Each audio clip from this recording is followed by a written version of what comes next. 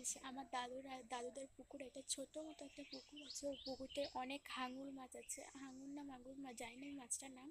তোমাদেরকে দেখালে নিশ্চয়ই তোমরা মাছটার নাম বলতে পারবে, চলো দেখানো যাক।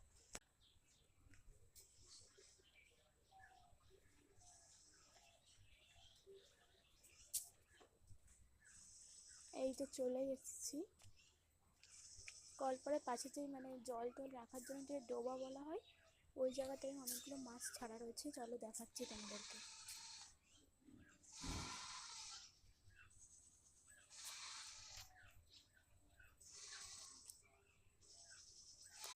এখানে দেখো গাইস, এই জায়গাটা একটা মাছ আছে, ভালো করে বোঝা যাচ্ছে কিনা আমি জানি না, তবুও এখানটা একটা মাছ আছে। আরও ওই দিকটা ভেতরে এখন বেরোচ্ছে না।